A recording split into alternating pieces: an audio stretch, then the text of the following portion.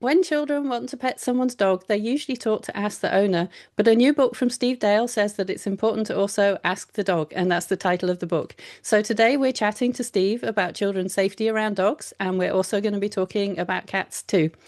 Welcome to the Positive Post in Conversation. I'm Zazie Todd, and I'm joined as always by my friend and co-host Christy Benson. Hey Christy, I know you're going to love this conversation because we're going to be talking about consent. I will love this conversation. I think this is an important topic. And I know I was just telling you earlier, Zazie, but this weekend over Easter, a bunch of kids in my house. One of my nibblings was going to go in and hug Archer, my big livestock guardian dog. So I had an opportunity to talk about consent because Archer does not like being hugged. So this is good. I think this is a great topic. That's perfect for this conversation. So we've got Steve Dale with us today. We're very honored. He's a certified animal behavior consultant, a radio host, and his show Steve Dale's Pet World is essential listening for anyone who cares about pets. And he's the author of many books, but he's got a new book out now called Ask the Dog, which I'm just holding up to the camera. Ask the Dog by Steve Dale, illustrated by Shelby Curler. And this is actually your first children's book, I believe, isn't it, Steve? Thank you for joining us today to tell us about it. Indeed, it is. So thank you guys. First of all, I am the one who's honored to be here and excited to be here to talk with both of you. And there I was walking down the street one day, right? And I had our then 14-ish year old dog with us, little dog, a Chihuahua Terrier mix. And she's just not caring about another dog who's like right there because at that age, she doesn't care about much. And she's just sniffing around at the grass. The other dog doesn't care about me or the our dog being there either, and is just doing the same thing, sniffing around at the grass. I'm about to leave because our dog was pretty much done sniffing, and the lady at the end of the leash with that dog, that other dog, turns to me. I don't know her. Turns to me and says, "Oh, do you want to pet my dog?" And I looked at the dog and instantly said, "No, thank you." At which point she clearly was insulted. But this dog was just looking the other way, standing kind of stiffly. That's it. The tail was out a little, not wagging or anything, just straight back. This dog was telling me clear to the dog, unclear, I would suggest to many people. This dog was telling me, and maybe unclear to the dog's owner. Now, I don't know. Maybe the dog's owner asked me that question because she was trying to better socialize the dog. Maybe she asked me that question because she was going to hit on me. Uh, Actually, I don't think that was the case. So forget Who about knows?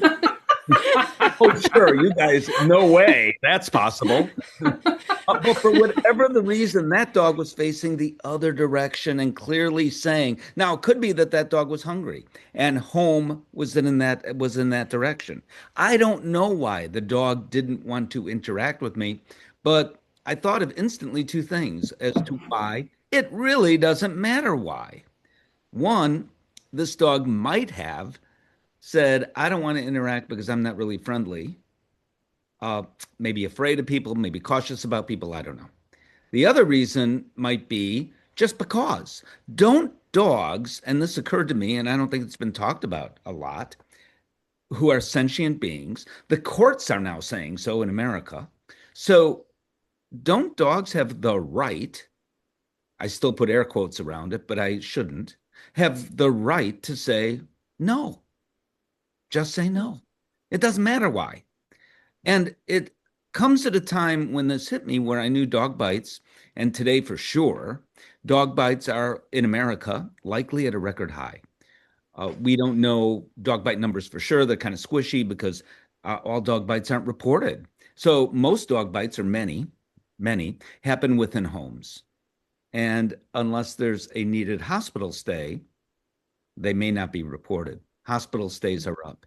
Insurance claims are way up for dog bites. Mm. Is America's litigious society? In part, maybe, but generally they are. In addition, dog bite fatalities are at a record high, according to the Centers for Disease Control. So, knowing all of that and believing that if we paid more attention to what dogs are telling us, maybe there would be fewer bites. I thought about writing about this. Now, I didn't think about writing a children's book. I've never done one of those. But coincidentally, as I was thinking about this, a children's book publisher called and said, "Hey, you want to do a book?" Well, maybe not quite that way, but that's the essence of what she said. And I said, I actually do have an idea. Mm.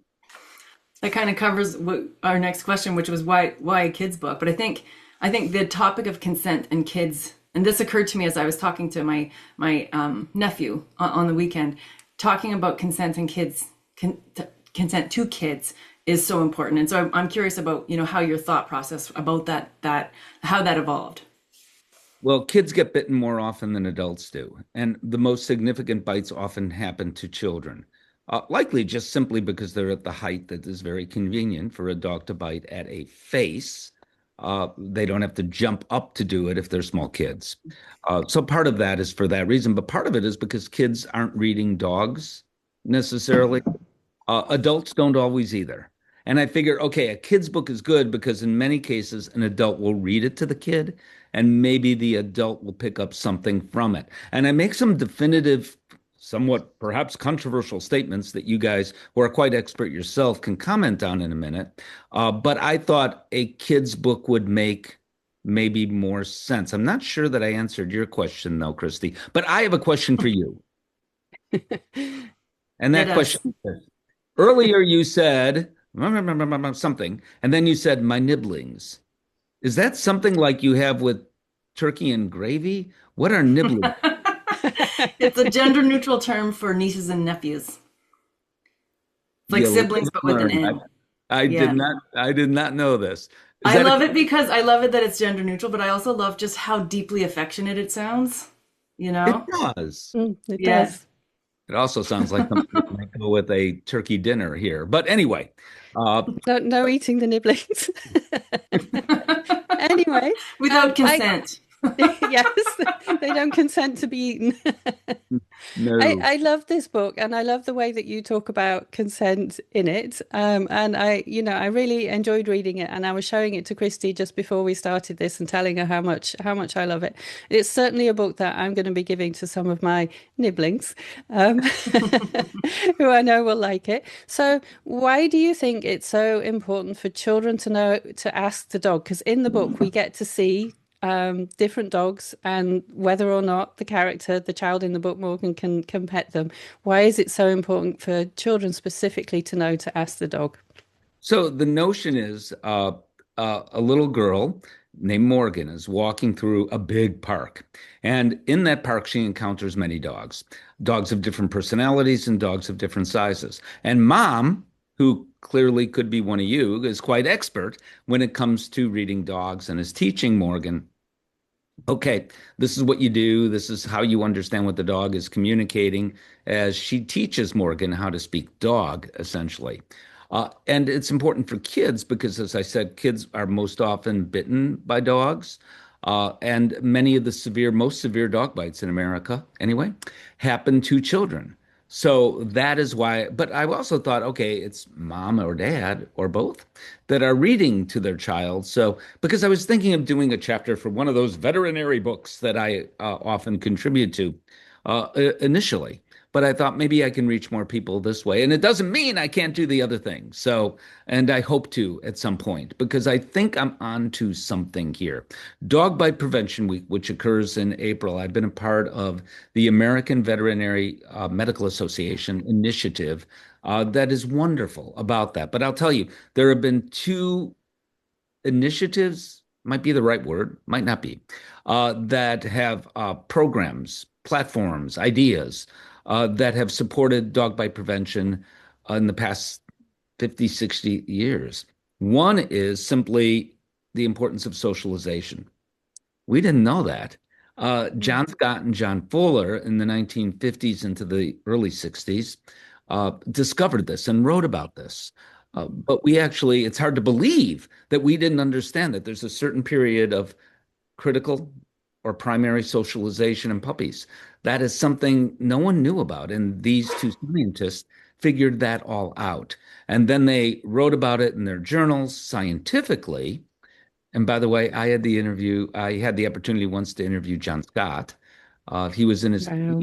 yeah, he was in his 80s at the time, living in Chicago, where I live. Mm. And I had the chance to meet him and interview him, and I was thrilled. And he gave me some of his little publications that he he wrote, and it was just an honor to meet him because we learned so much about what we didn't know. And then others came along and used that knowledge, like Dr. Ian Dunbar, and said, puppy classes when a dog is a year old? That makes no sense. Let's do it when they're really puppies. And here's why. So, all of that, the idea that socialization is as important as it is, though many dogs are still way under socialized, or, and I could talk about this, over socialized, by the way. So that's one thing. And then the other is Dog Bite Prevention Week that the AVMA came up with decades ago. All of these ideas, both of those ideas are very, very important. To communicate, we can do things to prevent dog bites. That's part of the reason why I wrote the book. But that's not been enough. If dog bite numbers are going up, and they are, then how can that be enough? We need to do more. And by the way, the number of dogs in America, but I believe in Canada, throughout much of Europe as well, has never been so high. But the number of dog bites has overrepresented what that increase is in the number of dogs. And to me, that's kind of scary. And even if you're watching or listening to this and say, somehow, some way, I don't care about dogs, I wonder why you're listening or watching this. But beyond that, the repercussions are significant for society because if dog bite numbers continue to increase, it means veterinary clinics pay more for insurance. It means that restaurants that allow dogs on outdoor patios may have insurance companies that say, no more. That corner store, the stationery store, are there still such things that allow dogs inside the store? Their insurance carrier may say, you can't do that anymore at all. I was very much involved in fighting against breed bans. And it was mostly pit bulls and fill in the blank, another breed. And testified, certainly here in Chicago, to fight against it and won. But in other cities as well, I did the same. And I worry that that's going to come back because when you read about a dog bite, if it's a golden retriever that bites, it's a dog bite. If it's a miniature poodle that bites, and yes, sometimes they can, it is a dog bite. If it is a dog that has a big forehead and a blocky sort of face and wide shoulders and looks like it's usually a mixed breed, we know that now, but is something that we call a pit bull, then it's a pit bull bite, according to what you read in social media or the press. So I worry that that can happen all over again if dog bite. And our homeowners insurance is going to go up. And the idea of homeowners insurance going up, at least in America, I'm paying more because I live in Chicago. As I said, there are no hurricanes here. However, I am paying for the hurricanes in Florida. I'm paying for the fires in California because it's all shared. And as the insurance claims go up, and they are way up as a result of dog bites, then everybody across the board pays for it. And I could give off a litany of additional reasons as well. So it really does matter for society. And as we become more dog friendly, finally in America, I'm concerned that we're going to move backwards as a result. Beside this, xenophobia. Isn't it fun to interview a radio person who asks one question, he goes on for 3 hours? Sorry. Xenophobia, which is the dogs, has never been so high, according to the American Psychological Association. And that is as a direct result of dog bites. Dog bites aren't good for dogs either. Obviously, if that dog is euthanized, that's not good for the dog. But dogs who, and you guys are expert at this as well, I don't think any dog wakes up in the morning and says, I want to attack the people I love, or I want to attack the neighbor who I never did love. They don't wake up thinking that. They are dealing with their fear or anxiety the only way they know how. And in most cases, they've tried these other methods, and greatly, we haven't picked up on it. Sometimes we don't care. Some dog owners don't care, but most do. And very few people want the trauma for their dog. And it is traumatic, I think, and it's often underlooked for dogs as well, clearly, as for that person who lands in a hospital. So there are just so many reasons why this is such a passionate issue for me. I know you were talking a little bit about sort of like the last 50 to 60 years and sort of changes that have happened. And I think it's interesting to talk about how the culture has changed between kids and dogs and their relationship. So how do you think it's changed over the last like 50 years? And do you think that this is good for kids and dogs or not? Well, sure. I think it's great that we have a bond with dogs and we consider them family members, that we share our beds with our dogs. Dog bite numbers have gone up. Is it because they're sleeping in our beds more often? No, that's got nothing whatsoever to do with it one way or the other. It is a whole long list of other reasons, some of which I described. We're not reading dogs well, but there are other reasons as well, and we know from a study from the American Veterinary Medical Association and Centers for Disease Control and Prevention, and at that time they called themselves Humane Society of the United States, why the most significant dog bites occur. We know why that happens, and I can go through them if you want me to, as I hopefully remember them all. However, it is not because we have a bond with dogs as we treat them. There are downsides, I would argue. I think we can become overbonded with our dogs, if you will, for lack of a better way of putting it. I think treating dogs like children doesn't benefit dogs in any way. But I'm not sure that's why dog bite numbers are up. And I don't believe that having a Lassie Timmy relationship, you guys are too young to know, but having an intense bond, I don't think there's anything better than a child growing up with a dog. It is a beautiful thing to watch your nibblings grow up with dogs. I think that's wonderful. I don't think that that's got anything to do with any of this. And I think that's only positive. And we know how many benefits that dogs have for us, health benefits as a result of living with dogs. But there is another side to that human animal bond as well. And that's kind of what I'm talking about. Mm. I did watch Lassie when growing up, and I also used to like The Littlest Hobo very much. So The littlest hobo?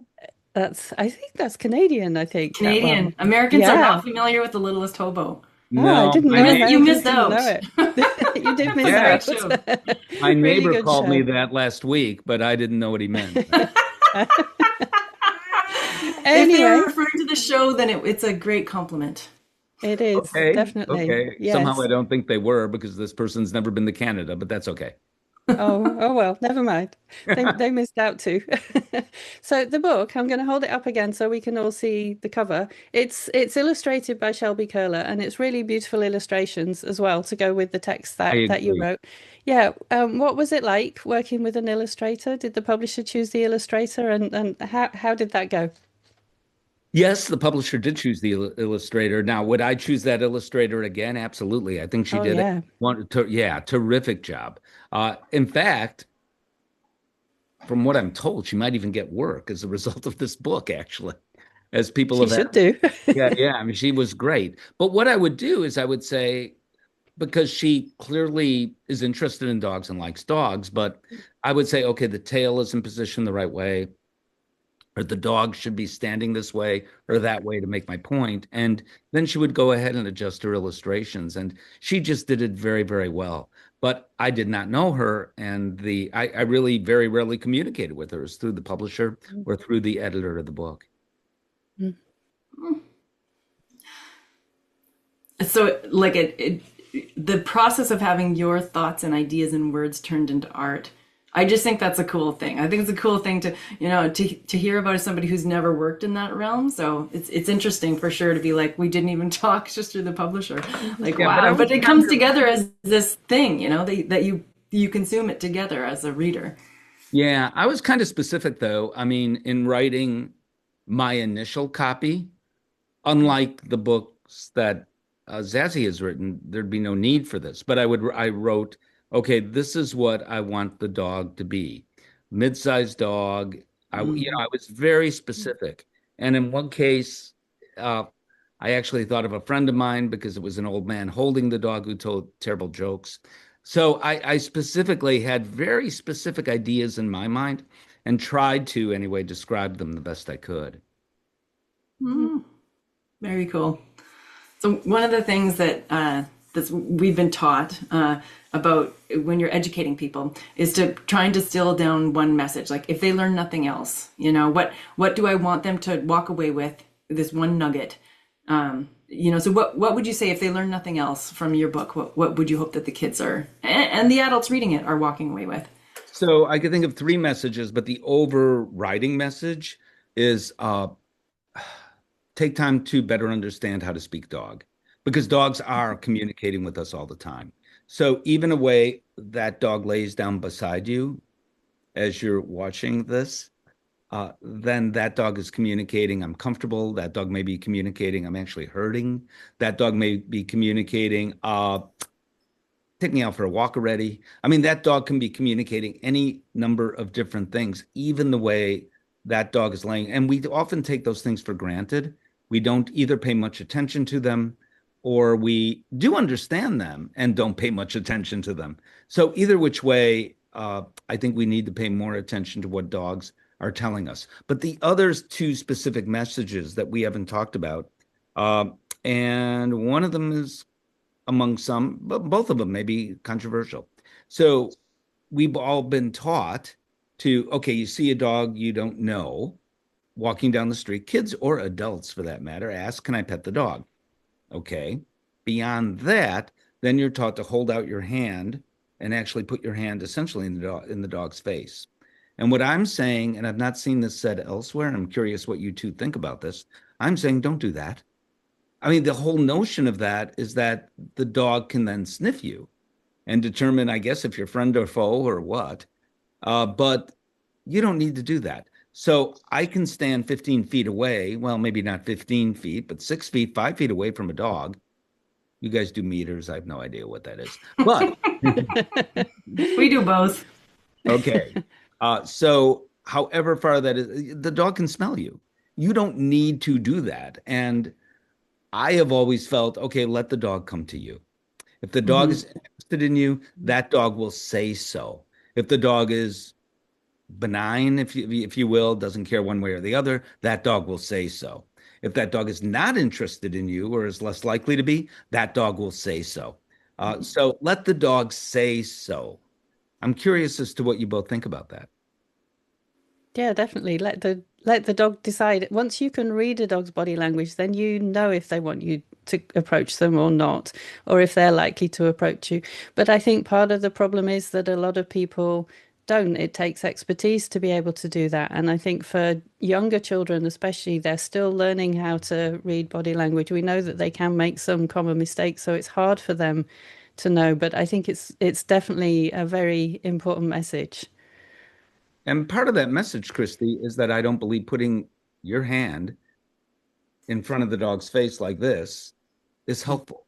I mean, dogs, I think, are incredibly tolerant of things we do. And this is yet another Yeah, example of dogs incredibly. being incredibly tolerant of things we do. Because if the dog is not as friendly as you're thinking, you're setting up that dog to bite you on one level. On the other hand, at the very least, you're being rude. I mean, Mm. I just don't understand who came up with that idea or why, but I don't think it's a good idea.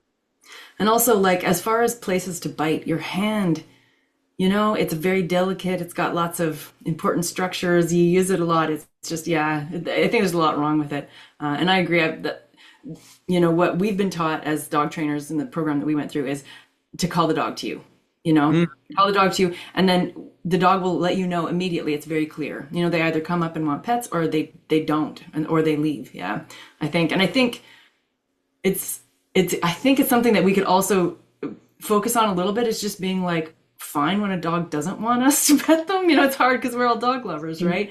But lots of times I'll be like, hey, dog, and the dog walks away, and then, you're left like, standing alone at the party again, kind of thing. But I think what you just said there is really incredibly important. And with our own dogs, we're often not fine with it. So we grab that dog and hold that dog tighter and tighter as that dog wants to let go, as we're holding the dog watching some reality show on TV or something. So that dog is definitely being patient. It doesn't mean that dog will bite you, your own dog. So it's not only a matter of dog bites, it's a matter of respect, I think. Yeah. Yeah, I agree. And I think, enthusiastic consent from dogs is really what we're looking for, especially when we're talking about invasive handling like hugging and stuff. It's not Ah, that angry. was the other thing. So, hugging is the other thing. So, uh, dogs are not primates, but little kids don't know that. Little kids want to hug anything and everything, hardwired to do it. But dogs don't appreciate that. So some dogs over time learn, okay, I get attention from those little people I love, the nibblings, if if I allow this Things. weird thing to happen called a hug. Other dogs are kind of, okay, whatever. But other dogs really don't like it. Hmm. And as dogs age, we now know that they suffer arthritis much more than we ever thought they did. Dogs can suffer ear infections. Many breeds have that every day, it seems, and dental issues, believe it or not. And for any of those things, they're in pain. So no wonder why the dog turns and lashes back, even at people the dog loves, if the dog is hurting. Even if the dog is not hurting, as I said, dogs aren't primates. They really are not understanding necessarily what a hug is about. So there's a National Hug Your Dog Day. And I say, no, no, no, no, no, no. We should fight this in the streets and protest.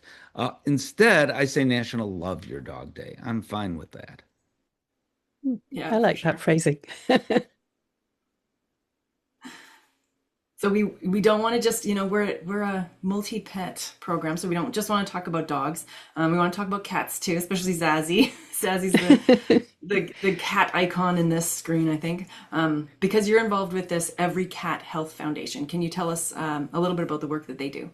Okay, so if anyone has a cat, that I have a cat, cat on my lap right now. I don't see it, but that cat, He's down, yeah. that cat, I'll trust you. That cat is benefiting every day from research that we have funded. So, this nonprofit organization, the only one like it on the planet, as far as we know, I've been on the board for 22, 23 years, something like that. They can't get rid of me, I guess. I don't know. But this organization that funds cat health studies is responsible for about everything we know about cats. Everything. Everything from vaccines cats get or sometimes don't get, to illnesses cats get or hopefully don't get. So, some very specific examples.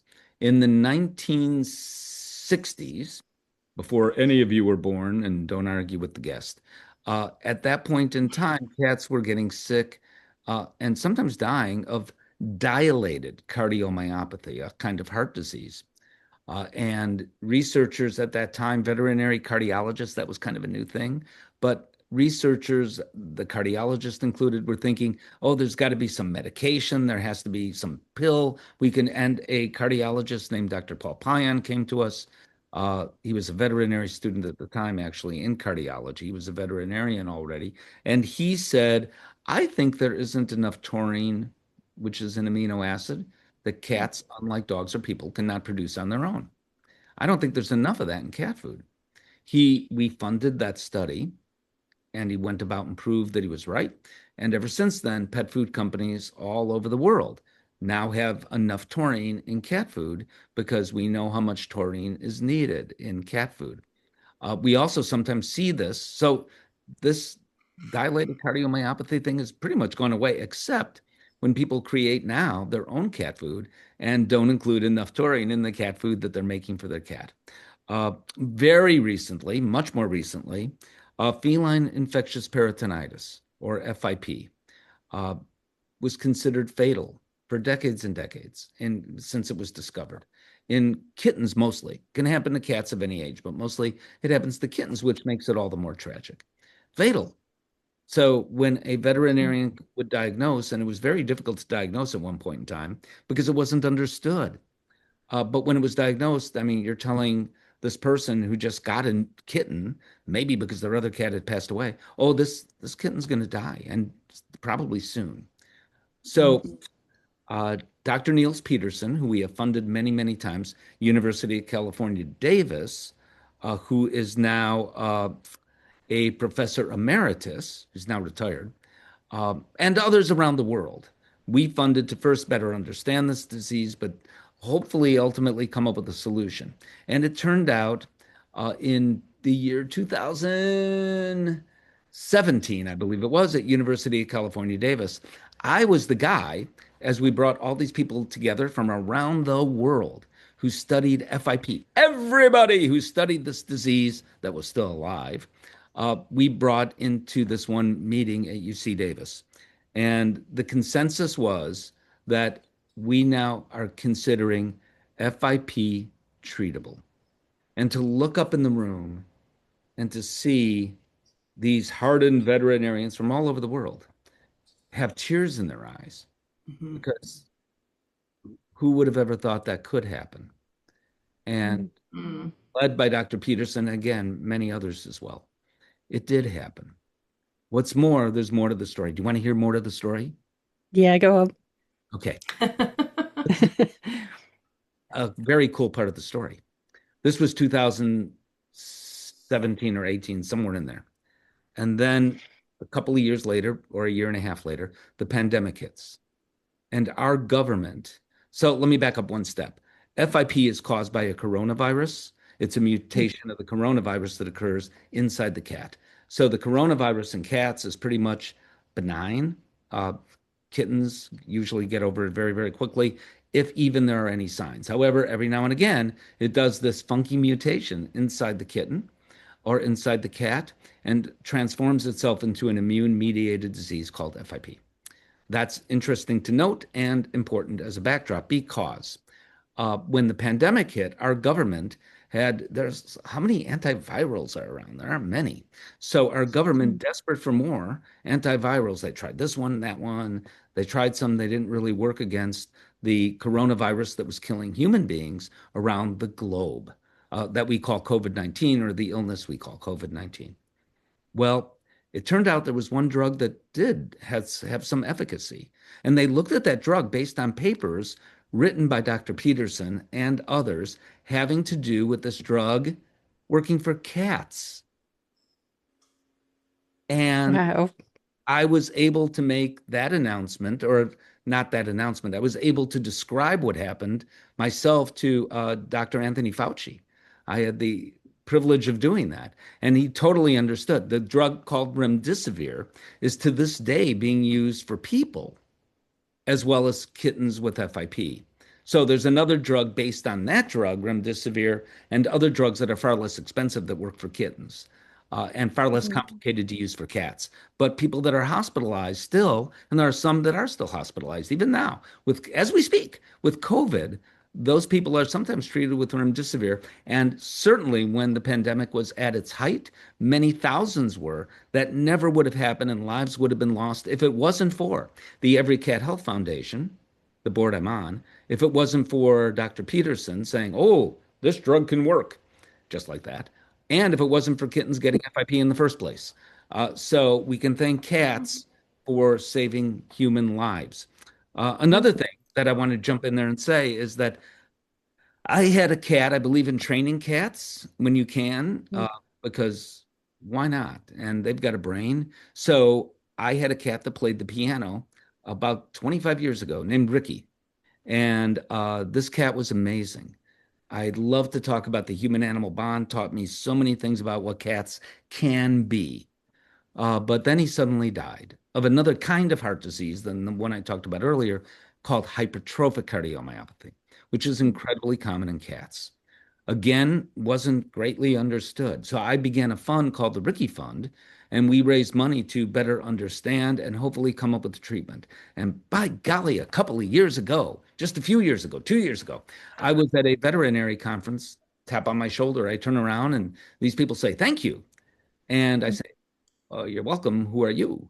And they said, well, we are a company in Ireland who, based on the studies that you've done, have come up with a treatment that we believe will help cats with HCM, or feline hypertrophic cardiomyopathy, at least before signs occur. So if you can get them to the veterinarian before the symptoms occur and it's diagnosed at that time, preclinical is called, then this drug can help. And the drug has since been approved conditionally by the Center for Veterinary Medicine, Food and Drug Administration in the US. It's called Felicin 1, and it's amazing that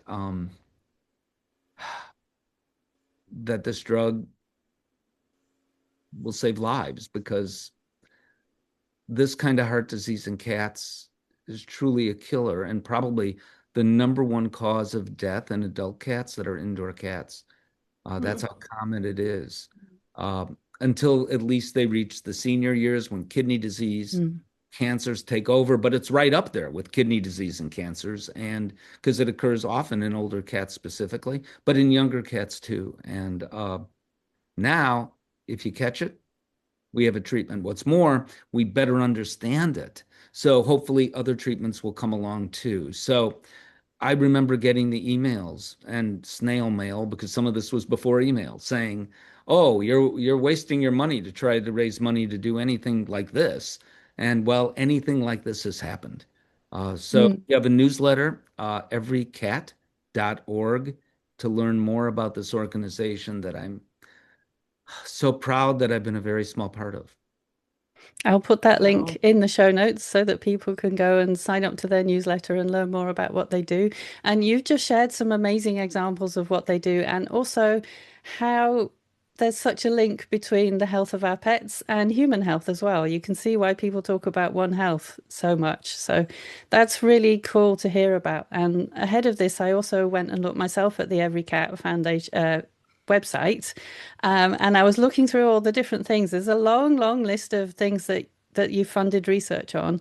And I was struck by how many of these are things that my own cats over the years have had benefited probably from some of this research as well. So you mentioned the taurine in pet food, but I also saw a section on asthma in cats and a section on high blood pressure in cats. So I think it's very, very cool. If you were to pick one more thing to tell us about the work that they do for cats, what would it be? That's hard because I mean, high blood pressure is one because we didn't even know that how to read blood pressure in cats or what that meant or anything like that. We had diabetes wrong. Veterinary medicine did. They had it backwards or this way, or it wasn't quite right. And today we better understand it. And we just launched, and this is the one more thing, the O'Malley Fund, it's called, which Kara Burns, who is our incoming chair of our board, launched. And she had a cat that was resistant to insulin. Acromegaly is what it's called. And the result of that is that at some point her cat just passed away, named O'Malley. And not only for diabetes, but hyperthyroid disease. Those are very, very common in cats. And uh, we can do something about it. We need to do something about it. Uh, so we can treat, I'll take the part about diabetes first. We can treat it effectively for many cats, but some do build up resistance to insulin, then you can't treat it anymore. And what happens? The other thing is that treating it costs money. So these cats are not diagnosed always at the age of 21 or something, and they only have a year or two to live. They are often diagnosed as young cats. So that is a lifetime of a special diet that costs, a lifetime of insulin that costs. Now, some cats we now know actually it reverts. The disease does. So if they can be put on that special diet, lose weight, huge factor, huge. Hmm. I didn't mean to quite say it that way. It's a huge factor in these cats that it's now almost at epidemic proportions. So the O'Malley Fund is determined to find a way to do something about this. And also, as our cats are living longer than ever before, we're seeing more hyperthyroid disease in cats, which is a disease of generally older cats.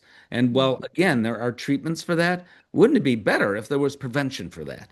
So all of this is something that this fund is going to contribute to. So that's, and when we've had special funds before, we've been successful, but we have studies out now on kidney disease, on cancers, on all sorts of things. And a lot of what we know about outdoor cats, community or feral cats and their behavior, how often they reproduce, early spay neuter, pediatric spay neuter. was thought to be, oh, you can't do that with cats, blah, blah, blah, blah, blah. Well, it turns out you can, potentially far earlier than dogs.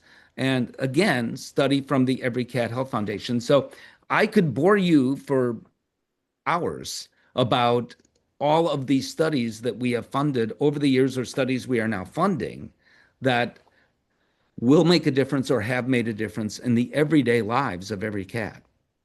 Well, I think it's good to hear what a difference it's making, and I'm certainly very grateful. And you mentioned diabetes. I've had a cat with diabetes. You mentioned hypothyroid. Have a cat who was recently treated for that. So I think, it's such a huge difference for cats. But as we come to the end of our interview, we have to change subject again, and we always like to ask people to recommend a book to us. So what have you been reading recently that you loved? Oh, that doesn't count because that's my book. Oh, sorry. I must have held up the We'll wrong hold that book. up too. So, one thing so for 20, I don't know, 24 years, I think, on the radio on WGN in Chicago and other radio shows over the years. Uh, I've hosted, and I talk to great people on the radio. I am so fortunate to talk to the best in veterinary medicine from all over the world, animal behavior, all of that. But I also host a general pet show and a podcast on WGN as well, where I talk to celebrities that come to town. I talk to public officials, politicians, I mean. I talk to book authors and everything else. I just had the opportunity to interview a guy by the name of David Byrne, who's a rock star, formerly of the Talking Heads. And when he comes to town, no matter what town, and he has a show that premiered actually in Denver, but is playing in Chicago now. And it's called Something of the Mind. My mind isn't thinking of it, but Theater of the Mind, maybe. But uh, he comes to town, any town, like this guy I was talking to said, I was going to a show, Theater of the Mind, and he was going to a show, and he was in a Uber or Lyft, and he looks out the window, and David Byrne is riding his bicycle right by him. Not his bicycle, one of those rent-a-bikes that cities have now. We call them divvy bikes in Chicago. Well, this book is about David Byrne traveling all over the world and hopping on a bike in various cities and his impressions of what he sees in these cities as he's riding a bicycle. So as that's him on the bike, I suppose. So it's an interesting read, actually, because you get a different impression of cities, I think, when you walk them or on a bicycle, as opposed to just hopping in a Uber or even if you rent a car. So that's what that book is about. Very cool. I like the sound of that. Thank you. And now, please, will you hold up your book as well? Because today Sure. we've had Steve Dale with us talking about his book, Ask the Dog. And now he and I are both holding up the book to show this beautiful cover.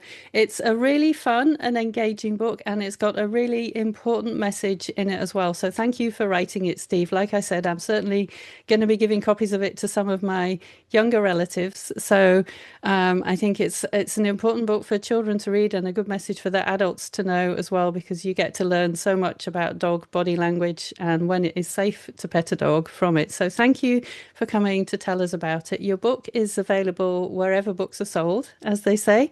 If people want to know more about you, where do they go?